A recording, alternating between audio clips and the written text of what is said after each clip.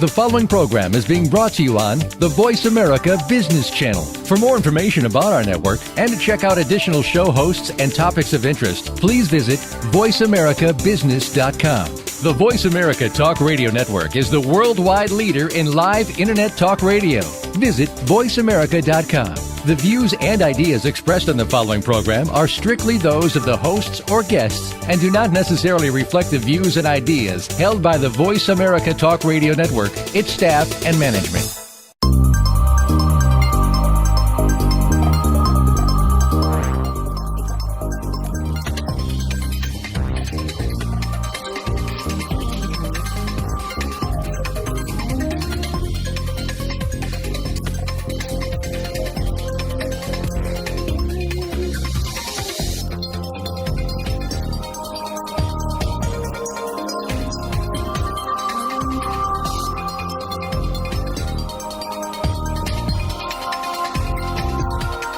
Welcome to the second episode of Global Business with Mahesh Joshi. In our last episode, we identified the top two components of global trade, crude and refined petroleum. Today, we will discuss the role of oil and gas in global business. Does it drive the business or the business drives it? We have with us today two experts from oil and gas industry right here in Houston, the energy capital of the world. We have Santosh, President and Chief Executive Officer of Lone Star Group. He also serves on the board of Petroleum Equipment and Services Association. Welcome, Santosh. Glad to be here, Mahesh. Thank you for having me. And also, we have with us today Dr. Michael Grojean. He is the principal at Grojean and Associates. He has also served as a faculty at Rice University in Houston and Aston Business School in United Kingdom. Welcome, Michael. Thank you very much, Mahesh. I'm glad to be here. Well, Santosh, Michael, there has been an article in Telegraph which says oil is both the lifeblood and poison of the global economy. And I want to pick up on that to start the program today. How important is oil and gas for economy? Great. I'll go ahead and start. Historically, if we think about the control of resources, it confers power to governments and collections of people. Those that owned water rights controlled access to irrigation and crops. Those that owned food distribution points were able to influence communities in those areas. Those that had geographic choke points on trade routes were able to control and moderate the flow of commerce. Oil and gas is no different in the modern age. Oil and gas itself provides power and influence to those that control it. And from that power and influence shapes political agendas, economies, and the market space. In addition to that, in my opinion, oil and gas is not just a source of energy for the world. It's clearly one of the most important sources of energy for the world today. In addition, it also happens to be the most important feedstock for many components that are manufactured and enjoyed by the rest of us today that we don't really pay a lot of attention to. Plastics, come to mind as an obvious one, and everything from cosmetics and components of cosmetics, beauty, fashion, comfort. Are all derived out of byproducts of oil and gas.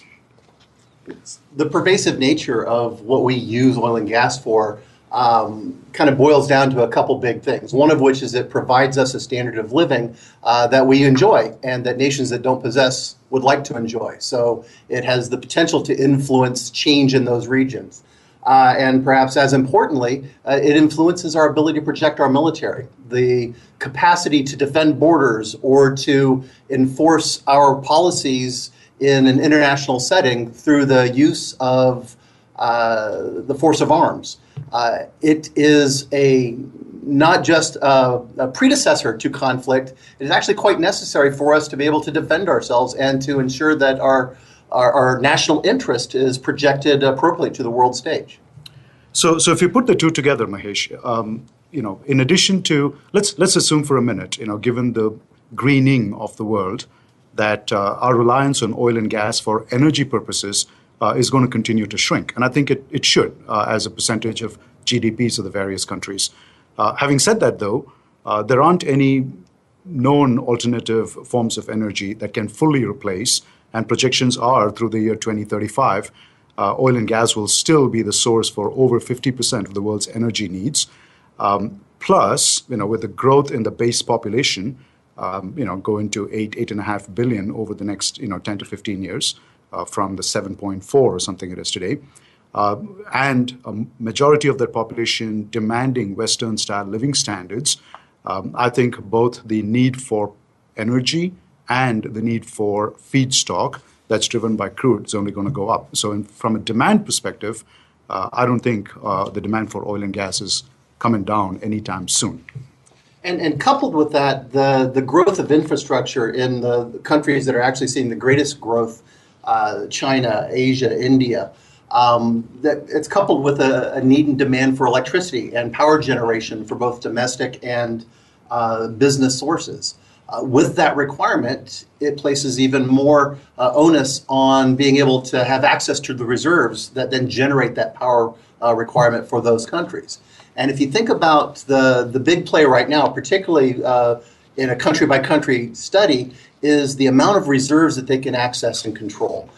Because if you do not have ready reserves to power the electrical generation requirements of your country, then you are at the beck and call of those that supply that particular energy source to you. And so I think that one of the things we're seeing in oil and gas within the marketplace is the attempt to build depth and resource, and the attempt to buy futures in those areas. We look at the purchase in the United States of some of the shale play from Indian oil companies. We look at the Norwegian interest in the eastern coast of Africa. And so these are market positions to actually secure national interest in having depth of resource and reserves. And don't forget, Chinese, the CNPC, going after assets all over the United States, all over West Africa, and some other unsavory parts of the world, if you will, including Venezuela, which is a whole different topic, which I think, Mahesh, we might get to, about the geopolitics of oil and gas. So I think, I would say it is very, very important. And, of course, I'm somewhat biased because I'm an oil and gas executive. And I would believe that demand's going to grow, and the difference between demand and supply, we're slightly oversupplied today, but I think that's going to change very quickly.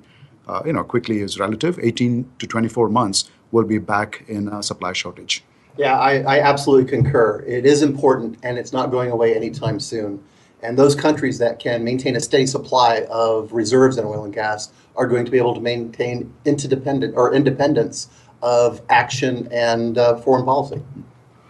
Perfect. So basically, oil remains the lifeblood of the most gainful economic activity. And there's no chance of that changing in the foreseeable future. On the other side of our earlier question, it's pretty strange phenomena. The rising oil price is both deflationary and inflationary at the same time, which is kind of a poisonous economic mix. If the price goes too high, it will depress the economy while simultaneously adding to inflation. More money spent on oil means less for spending on everything else. And the weakening demand will cause the price to start falling, at which point oil becomes a powerful reflationary force. That's another character of oil and gas industry. Now, you brought in a very good point about the geopolitical impact of oil and gas industry. Mike, would you like to elaborate a little bit more about that? Sure. I think, as with all dynamic systems, we can't perfectly understand the impact our choices have, and then the repercussions of those choices. By way of example, not too long ago, we saw a release of the restrictions on production rates coming from the Middle East. And the immediate impact of that was that the price per barrel dropped quite dramatically, and some would argue that was a quite intentional strategy designed to combat the rise of unconventional play in the United States, which some had speculated could create energy independence by 2020. The backlash from that, the unintended consequence is that it's actually caused innovation to occur to bring the break-even point, price per barrel, down by almost 40%. And so it's caused the U.S. Providers to tighten their belts, to get smarter about what they're doing, and actually become fiercer competitors as opposed to being run out of business. Coupled with that is a consolidation of the marketplace, so survival of the fittest. Those companies that do that best are actually the most likely to be strong international competitors in the next 10 years. And so the dynamic systems model that we think about is that we've got to be cautious when we start making these changes. And while we might see a one-off linear consequence that we desire, it might, in more complex circumstances, come back to actually do exactly the opposite of what we're trying to achieve.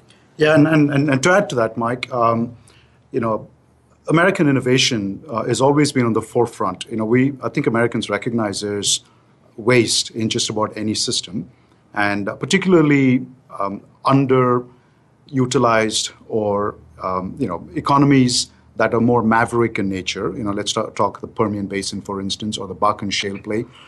There was plenty of waste there to begin with, and people were just drilling as many holes as they could possibly drill and produce, cost being no object, given the price of oil was clearly very high. But I think what perhaps the Saudis may have underestimated is that innovation kicks in and you take waste out of the system. And to your point, cost to drill and produce a well is down between 40 and 60%, depending on where you are in North America. I think a couple of other unintended consequences was the impact that low energy prices have had on Russia. And with Iran coming back into the world market as a supplier, I think Americans foresaw that and had to continue to innovate and will continue to innovate.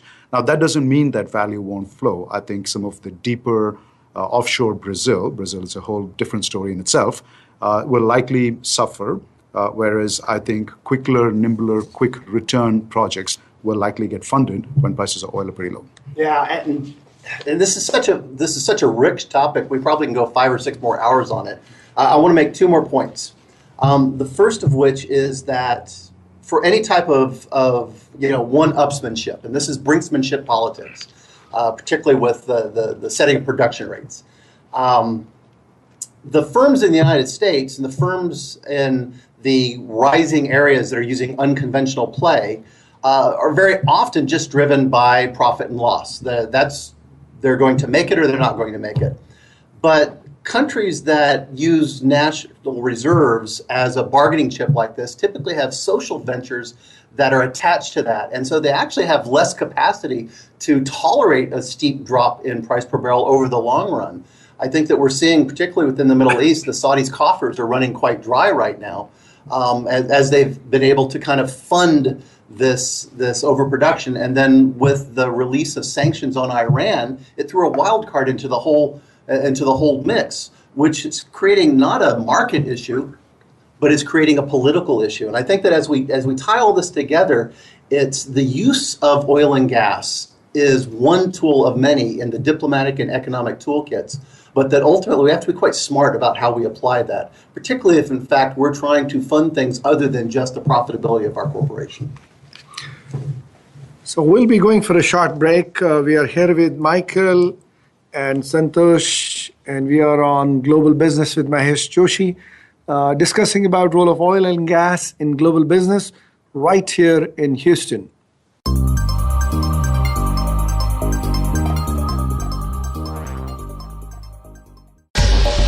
Get the news on our shows and other happenings by following us on Twitter. Find us at VoiceAmericaTRN or twitter.com/VoiceAmericaTRN.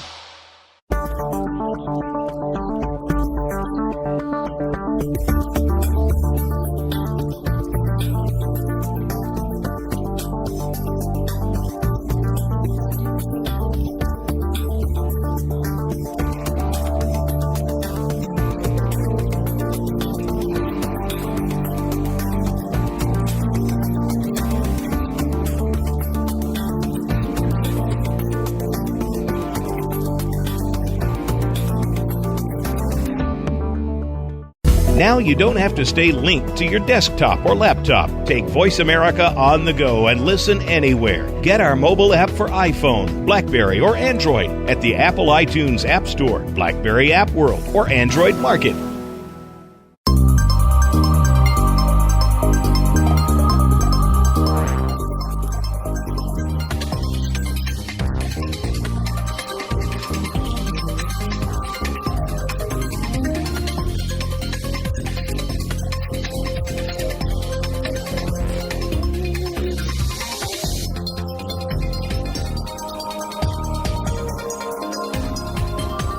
Welcome back to Global Business with Mahesh Joshi. We are here with Santosh and Mike in Houston discussing about the role of oil and gas in global business. In first segment, we discussed how important is oil and gas for us.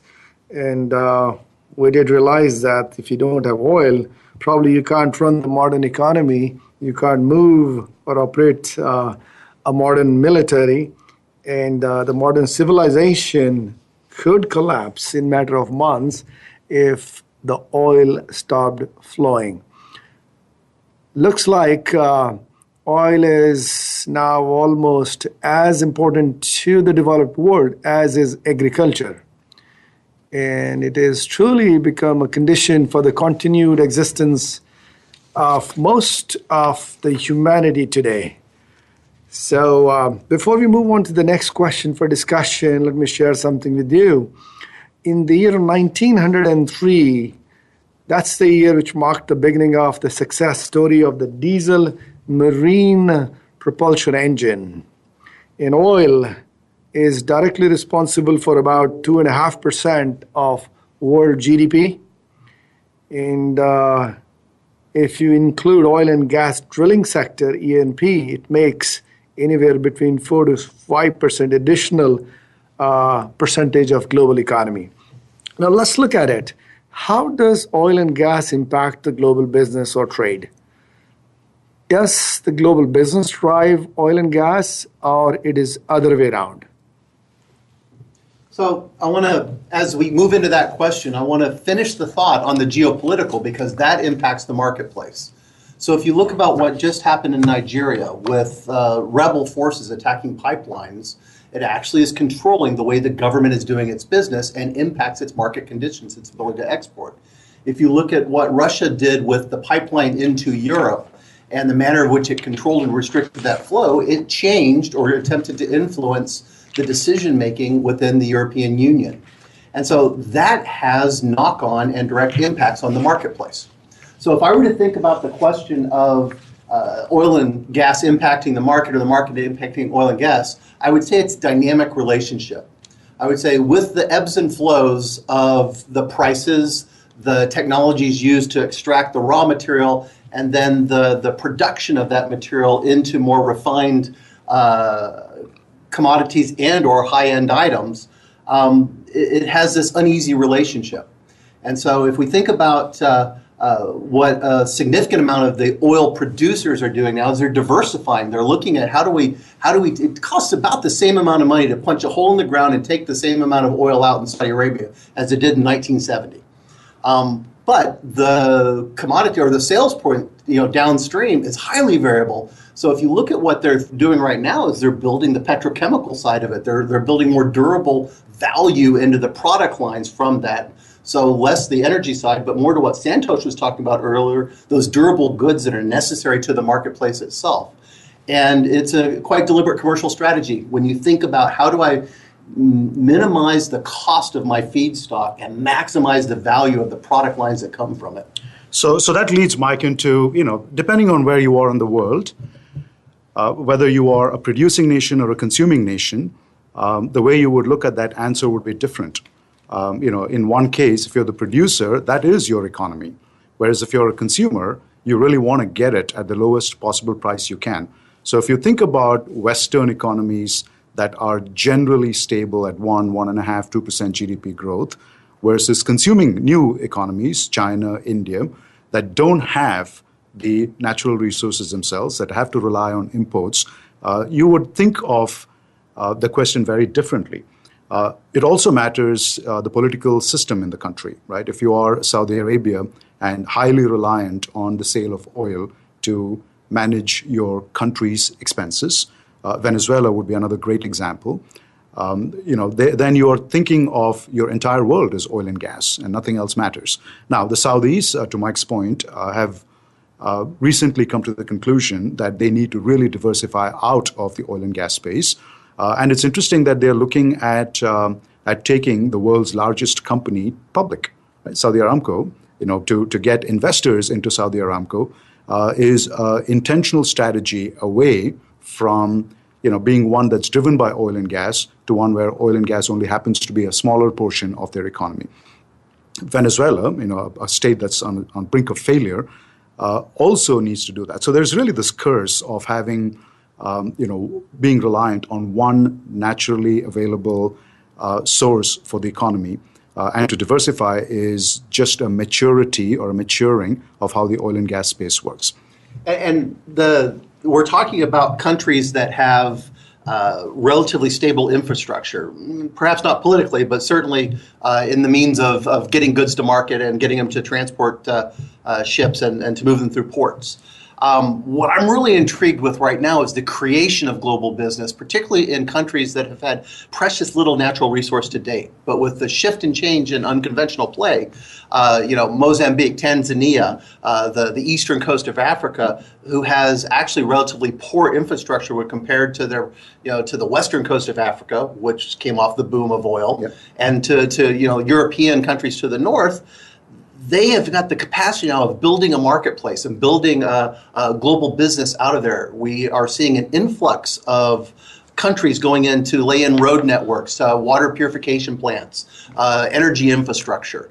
And that's creating of itself a micro market for those type of support mechanisms so they can monetize the natural resource that they find themselves sitting on, which they could not have done in the past. Yeah. And yet not rely exclusively on one source for their economy to function. And I think that's the challenge, Mahesh, is for policy planners to think about how they maximize the use of their resources without overproducing. You clearly want a balance in the price of oil that's comfortable both for the producers and for consumers. And I wouldn't say that's $150 a barrel or $20 a barrel. I think that's somewhere in the $70 to $90 a barrel range. And to the extent that we can create consistent, predictable, smooth demand, I think the global economy will drive the price of oil and will drive the oil and gas industry. In some countries, like we talked about before, there is clearly an exception because that's the only source of income for the country that they have. And as we think about this generating knock-on markets and, if you will, adjacent marketplaces to the oil and gas space itself, we're seeing much higher levels of technology that are reliant upon the unique creations that come from the feedstock itself and the competing demands for how much feedstock can go into the creation of those and what's the demand on that international marketplace. If we think about that driving it, I think we're going to see is a continued shift of emphasis away from just pure energy side to the durable marketplace, to the high performance manufacturing, to the industries that are designed to actually take advantage of unconventional play to extend the reservoir lives so that they can extract more feedstock, which is then required for, again, the consumer side of the business. And to add to that, if you think about coal for a second, coal primarily only drives energy needs. There aren't derivatives of coal that's used for plastics or other luxury goods or lifestyle items. And coal generally has a bad reputation for the environment as well. So there's an interesting play here in North America where, between coal and natural gas, even the green folks would agree that natural gas is substantially better than coal. And natural gas, by the way, is not just used for energy consumption either. It's used, in fact, 82% of U.S. plastics or refining and petrochemical facilities use natural gas derivatives for their feedstock. So this is clearly a lot bigger and a lot more challenging than we can perhaps do in 1 hour, Mahesh. But I agree that, Western countries that generally have reliance on more than just energy production will lead the demand for oil and gas. for non-energy sources. And I think developing countries that are just thirsty for energy will drive perhaps the energy component of oil and gas. And I'm going to come back to the point you made earlier, which is growth. Growth in population, growth in standard of living, the middle class, growth in areas of the world of industrialization that haven't seen it before, all of which demand a growth in the production and distribution of oil and gas products, whether it's high-end or energy-derived. And that growth is fundamental, I think, fundamentally linked to the business of the oil and gas industry, which then has that knock-on effect, the residual effect to all of the global business that surrounds it. So, Santosh, you brought in a very good point about the curse of natural resources. Now, there are several countries which are petroeconomies, countries like Algeria, Azerbaijan, Brunei, Iraq, Kuwait, Libya, Sudan, Venezuela, Nigeria, Oman, Qatar, and Saudi. They depend mainly on oil and gas. Now, are these countries with large oil and gas reserves successful in developing their global trade, or they're stuck with the curse of natural resources, as you were pointing out earlier? Mahesh, I think it depends on the leadership and the political structure within those countries. It's great to see countries like Saudi Arabia that have built nice economies on the backs of oil and gas that are now seriously considering diversifying into non-oil and gas. That's very forward-thinking and probably the right thing to do, so they're not reliant on any one subcomponent of the economy, of the world economy, to survive. And then we have seen countries like Venezuela that that have gone backwards in terms of standard of living, in terms of availability of just basic provisions for their citizens. And then there are yet other countries that just don't have access to those kinds of natural resources, China being an example, that are actually striking deals with countries like Venezuela or Angola for a barter-like trade where the Chinese are bringing in construction and infrastructure development that would likely not have happened had the Venezuelans not really managed their economy well. So, I think, again, a very, very complex. There is also the Middle Eastern geopolitics, some of which are religion-based. And, for instance, the control between Iran and the power struggle between Iran and Saudi Arabia for control of the Middle East and for control of their respective economies.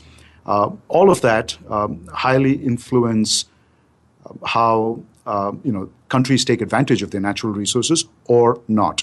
In the end, I think it's a maturity of the leadership in those countries that would demand, or that would probably set the tone for how things are going to work out. Well, that's a very good point, Santosh. At this point, we'll take a break, and we'll be back shortly with Mike and Santosh on Global Business with Mahesh Joshi.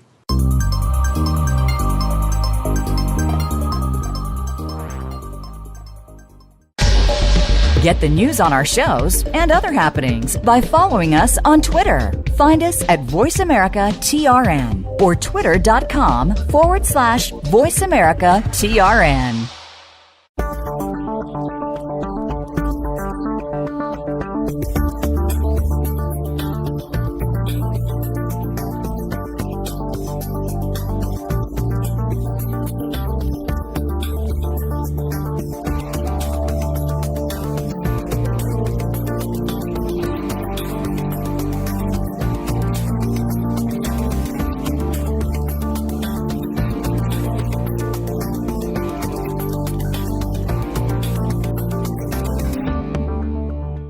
Now you don't have to stay linked to your desktop or laptop. Take Voice America on the go and listen anywhere. Get our mobile app for iPhone, BlackBerry, or Android at the Apple iTunes App Store, BlackBerry App World, or Android Market.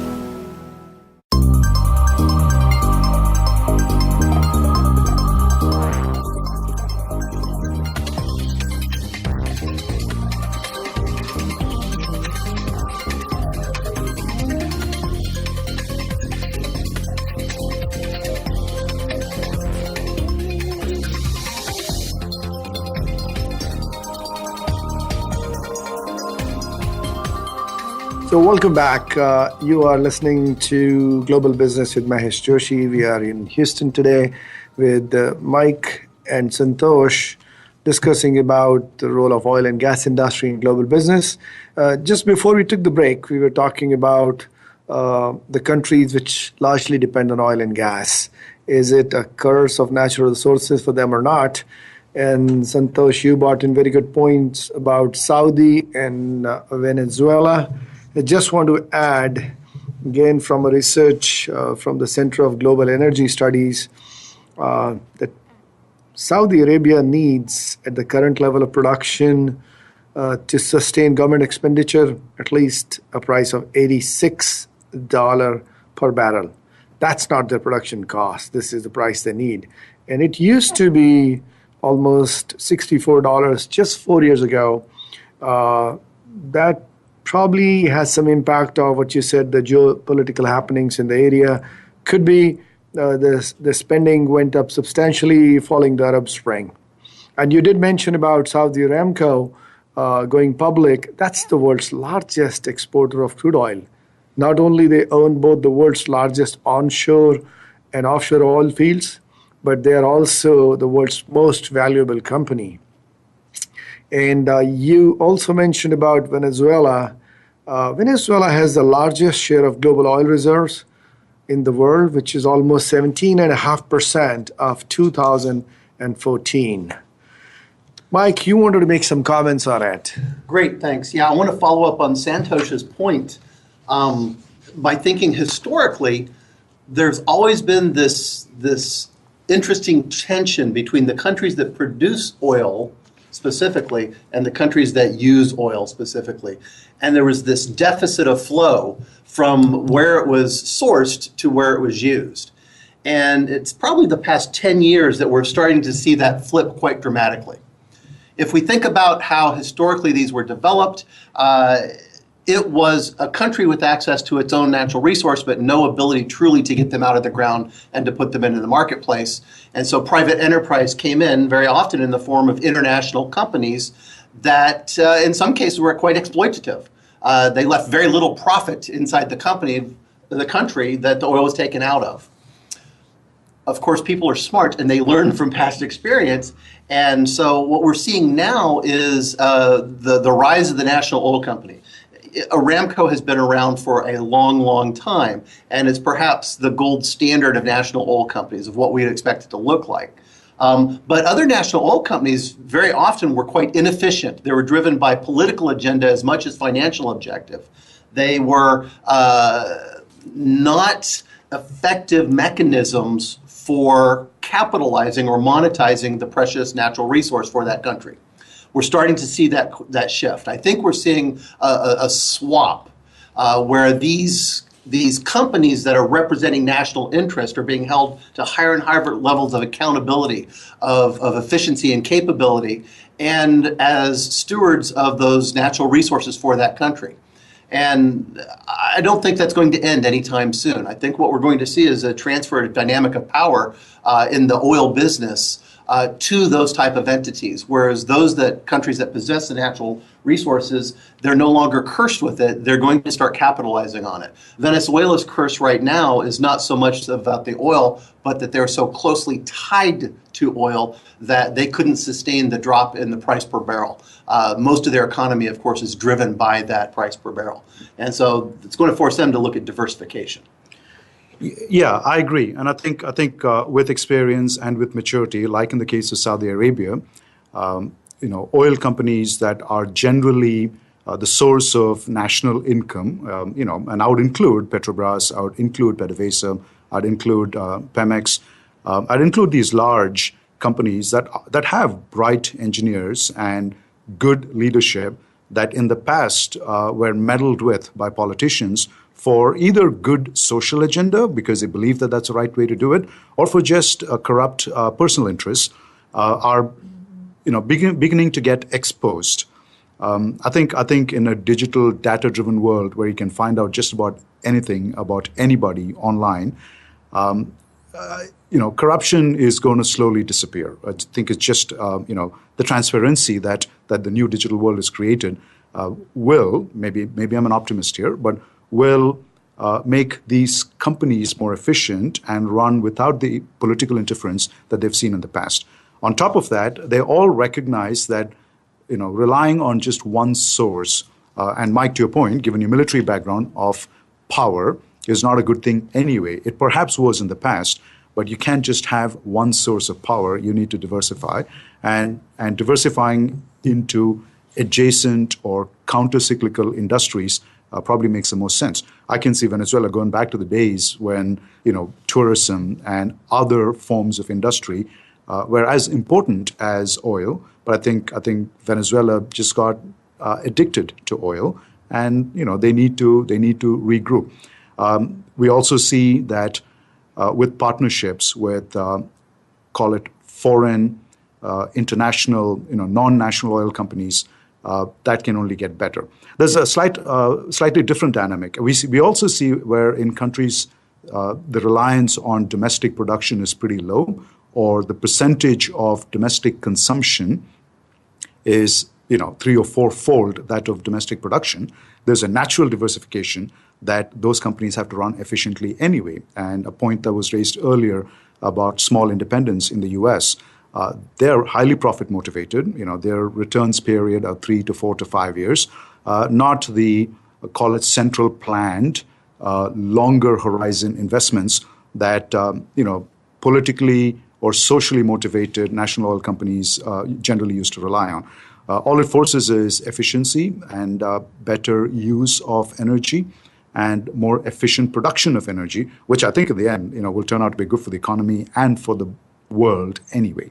And in my mind as well, the fascinating effect is that the national oil companies are going through a maturation process. They're growing up and taking world stage. We see Statoil with stakes across the world, not just in the Norwegian shelf, intercontinental shelf. We see ONGC. They've got a 30% stake of the play just about 80 miles north of here. Yeah. We see Sinopec and the CNOOC looking at offshore and onshore in South America. And so they're not just confining themselves to their national resources any longer. They're expanding out, and they're stepping into the role, I think, of what the IOC pretty much owned as its monopolistic environment in the past 40, 50 years before that. And so it's going to create an interesting dynamic. I am not smart enough to predict where it's going to land, but I'm fascinated to watch it evolve and grow. That's a very good piece of information. And we all know the oil and gas industry has been going through a downturn for quite a while now.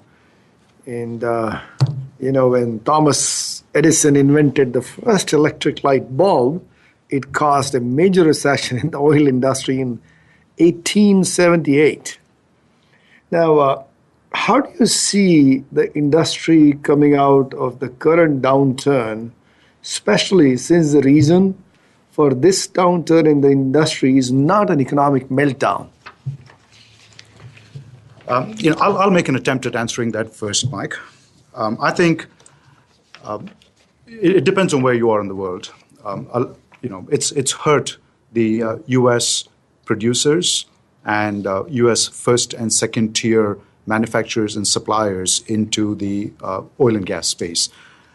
It's also hurt offshore, Brazil, North Sea, and has not yet hurt the national oil companies other than raiding their war chests, if you will. Right? The Saudis can only sustain this price for a couple more years. When we started 2 years ago, they said they had a 4 to 5 year war chest. So we're getting to that point where they're going to run out of money in 2 years at oils in the 40s even, unless they're willing to give up on their social agenda and get a lot more efficient in the way they use proceeds from the sale of oil. I'm also clearly a capitalist, and I think with these downturns come innovation and come efficiency gains and come different ways of looking. It shakes the foundation of the industry. You have to rethink, what this industry is going to look like. As an executive that runs a company, I'm convinced that the next 5 years is going to look nothing like the past 5 years, and I have to be strategic in the way I redesign our organization, right? Because I think the strategies, the tactical plans are obsolete or irrelevant from the past, and we need to come up. And I talk to a lot of my colleagues in the industry, and everyone is focused on what does a new way look like? So, and given that there's enough technology out there and there was sufficient waste in the way we were doing things in the past, I'm convinced we'll come out stronger and we'll come out more efficient, and we'll use energy more efficiently, and we'll use our most important resource, our human brains, far more efficiently than we have in the past. I'm right with you, Santosh. I describe myself as an unashamed free market capitalist. I firmly believe that while it may not be kind, a free market encourages innovation. It encourages the development of disruptive technology, and it brings out the best and worst in human nature. So I think that as a downturn goes, it's part of a cycle. Anybody that's been in this business for more than 20 years knows that they've seen the ups, they've seen the downs. Sometimes it's political, sometimes it's production-oriented technological, sometimes it's transportation. But it goes up and it goes down. This too will go back up. But the flip side is, and then it will go back down at some point. So it's how do we actually take advantage of the downturn? And for oil and gas, particularly industry practitioners, they have to take this time to hone their strategies. They have to think about how are they actually going to maximize the squeeze to ensure they've got the best and brightest talent. They've got to make certain that they are leveraging competitive advantage in a time when others are scrambling for survival. And then what will happen as it comes back up and picks up is those companies will have 2 steps ahead. Think of a horse race. If you could open the gate to one horse 2 seconds before every other horse, that horse is going to win almost every time. And so in this downturn, this is the time actually to do our most development work and our deepest thinking. So ultimately, as we kind of focus on the woe of where we are now, we should also look for what the next 5 years are going to bring. It is unlikely that the price of oil is going to stick at $20, get back to $20, or get down to $14 a barrel. It's going to stay at 50 for a while. The analysts are roughly agreement, and then this is going to start to creep back up. The question is, when does it bump? And the smartest executives like you, Santosh, are going to guess that point in advance, and you're going to take advantage of that and make some decisions that will leverage your ability to be successful when it does take its rise back up. Very nice. That's great discussion and wonderful insights into what's happening in oil and gas industry and what's going to happen. We'll take a short break and we'll be back shortly.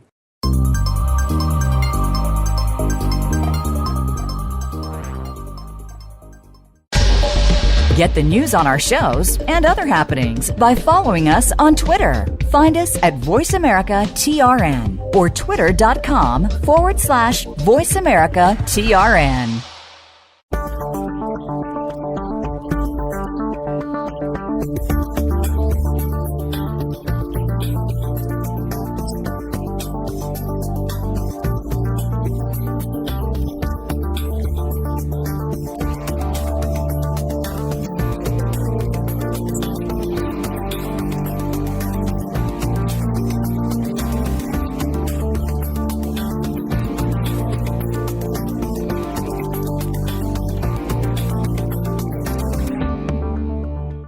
Now you don't have to stay linked to your desktop or laptop. Take Voice America on the go and listen anywhere. Get our mobile app for iPhone, BlackBerry, or Android at the Apple iTunes App Store, BlackBerry App World, or Android Market.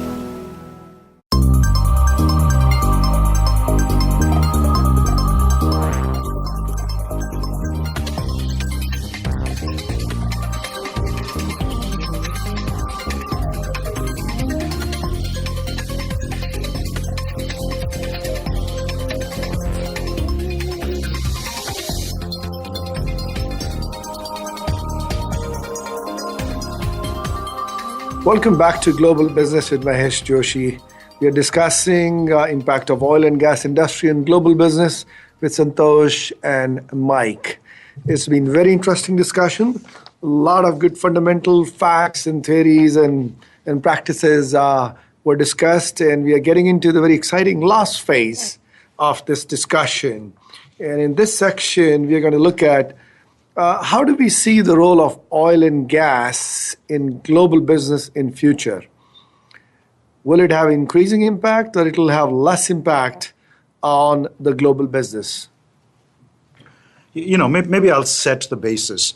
If we were to recap the conversation and say there are two uses for oil and gas, one for the generation of power and the other for the production of consumable goods. I don't see the production of consumable goods going down as the population grows and various countries grow at their individual rates. I also don't see alternative technologies to replace our reliance on plastics and other hydrocarbon derivatives. If you look at the other component, energy, one could argue that renewables, even though there is more of a presence of electric cars around, even Houston for that matter, an energy town, I see many electric-driven cars in my neighborhood. And I think that will continue to grow, and will continue to grow at a very fast rate. But it's growing from a very small base, so the rate doesn't really matter. It's not material. Let's say the combined need for energy between oil and natural gas is going to serve 50% of the total energy needs, and all other renewables grow. We're still looking at either a steady state or a growth for the energy needs that are driven by oil and gas. Mike, what do you think? Yeah, I absolutely agree. And I think that if we think about sustainable energy source, we think about renewables, it would be fantastic if we could utilize those as energy source, and not because it challenges oil and gas, but because, again, it creates that free market environment where we make better use of the oil and gas resources we have. Unfortunately, there's too much money to be made on oil and gas right now. So there's not a chance of the renewables bootstrapping their own funding for development and to replace the mainstream utilization for power generation. In places where we see that growing, such as in Europe and in certain states of the United States, it's almost always legislated and almost always built on a carbon footprint or emissions control. And what that does is it changes the balance of cost. And so it becomes too expensive to use oil or gas production, specifically oil, and then, in old days, coal, and to use some other form of alternative energy. But I do know that companies are putting a lot of time and effort into it. Ann McEntee at GE right now is really taking a look at the renewable side of the business, and they've had some pretty significant wins in how to effectively and commercially deploy that type of technology. We're in for a state of change. My wife is a European, and they're very conscious about environmental impact. And I told them if they want to actually impact the environment, have everybody drive Ford 250 diesel engines and burn up as much of the oil and gas as possible, and then it will require society to actually generate and put money into renewable development. They're actually slowing down that process by driving those fuel-efficient cars themselves. Likely to say I'm not very welcome to holiday discussions for that sort of information. It's interesting, and I would think that we see a future on non-oil and gas energy generation, but we're not going to see that future for 20 to 30 years, and it is not going to mature for 50. So, within my own business, I see that often. Our contribution of revenue from power generation, natural gas-driven power generation turbine manufacturers and wind turbine manufacturers, wind, to your point, Mike, bolstered by production tax credits, with a further 5-year extension, is buoyant. As an industry, they cannot stand alone without government support, if you will, at least not yet. But they are investing pretty heavily in new technologies, wind and more efficient aeroderivative gas turbine manufacturing, for instance. All that said, the growth of those unconventional sources of energy, despite high percentage points, in terms of just quantums, aren't there to replace the 50% or higher need of energy that has to be served. I'm optimistic. Yes, we'll go through more ups and downs, to a point that you made, Mike, earlier. I'm optimistic that, again, as an oil and gas executive, that our industry is going to bounce back and will be needed for many years to come. I also clearly don't want to leave behind a world that's been, stripped of all of its natural resources either. And I want to leave behind a world for my kids, and as we talk families, that are less reliant on highly polluting or inefficient forms of energy. To the extent, and many of the larger companies, BP, for instance, had this thing about beyond petroleum, Chevron's going green, and I think those are the right things to do. But in terms of not being able to rely on oil and gas for the next 15, 20, 30, perhaps my lifetime, is probably, somewhat of an uneducated notion. And I come back to the point we made earlier about the geopolitical influence. The ability to rely on locally produced energy sources allows you to reduce the influence that folks outside your city, county, state, nation, collection of nations has over or your decision-making processes and the political agendas that are going on. And so that level of independence for those precious commodities influences, I think, the state of nature of the communities in which we live. And so the ability to actually generate some of that independence while having a good economic balance of trade is probably the happy state that we should seek, but will never perfectly attain. If you were to believe generally that net importers of energy have more diversified industries and more stable nations, and net exporters of energy tend to be less stable or more reliant on one commodity, that poses other strategic questions. If you were Germany and you're highly reliant on natural gas from Russia, you're likely going to wean yourself off natural gas anyway. Venezuela is a good example, right? Most people think that Venezuela is, only exports. Venezuela actually imports quite a bit of North American light crude so that their heavy crude can actually be processed through their refineries. In fact, as we speak, I believe there are 4 ships with North American light crude that are anchored outside Caracas that they can't unload because Venezuela can't afford to pay them, right? Yeah, which tells me that, there is more to it than just producing oil. There is more to it than just consuming oil or its byproducts. There is as much geopolitical/global leadership, balance of power, which I know, Mike, you've got all kinds of nice things to say about, that would impact perhaps for another day. The last thing I want to add to that before I give it back to Mahesh is the point you made earlier. We're just now talking about energy, but if we're going to look at the role oil and gas has on future impact of business and economies, it's going to be in petrochemicals, it's going to be in durable goods, it's going to be in the consumerized products. And that's not going away anytime soon, particularly as the rise of the middle class has an increase in demand rise with it. That's a very good point. As you said, the rise of middle class, the main drivers, the key drivers behind growing demand for energy, and in turn the growth of oil and gas industry, are population and income. And the growth of middle class, it contributes to income. And if you look back, a country like China, which has been opening up since 1978 and growing, in their economic growth process, they have pulled 800 million people out of poverty as per World Bank. Now they're all moving towards middle class, which is increasing the demand for energy. On the other end, the total global population in next 20 years is supposed to be growing from 7.3 billion to almost 8.8 billion. And that's going to drive a lot of demand. And also quickly looking at who benefits from cheap oil. These are the 2 big Asian giants who are consuming more than anybody else today, China and India. And India is growing north of 7%. China has been and still will keep growing at a larger pace, but may not be at 7.5, but still good enough.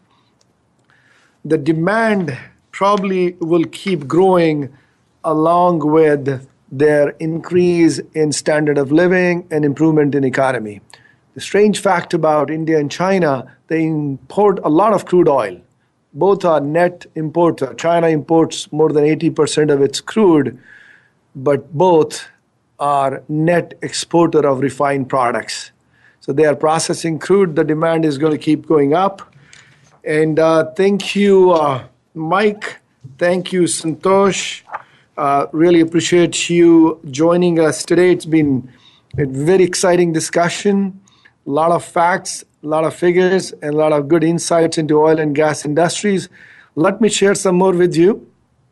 It's supposed to be in 347 AD when oil wells were drilled in China up to 800 feet deep.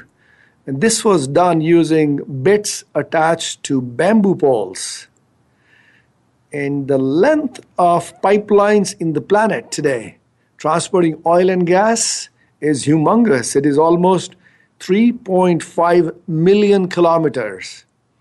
And if we just looked at US alone, the pipeline for natural gas distribution could stretch from Earth to Moon almost 7 to 8 times.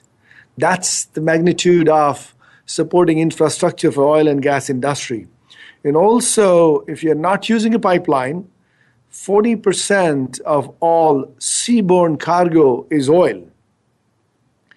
And in United States, at one point of time, Rockefeller single-handedly controlled 90% of the American oil industry. The US has 4% of the world's population, but consumes 25% of the world's crude oil. And you can imagine what kind of resources go into reaching to the resources of oil and gas to take them out. Time magazine dubbed the Hibernia platform, a Canadian offshore oil field, as the 8th wonder of the world. It is the largest object to be ever towed at 1.2 million tons. Well, thank you, Mike. Thank you, Santosh. Very interesting discussions. And we'll close the show here. And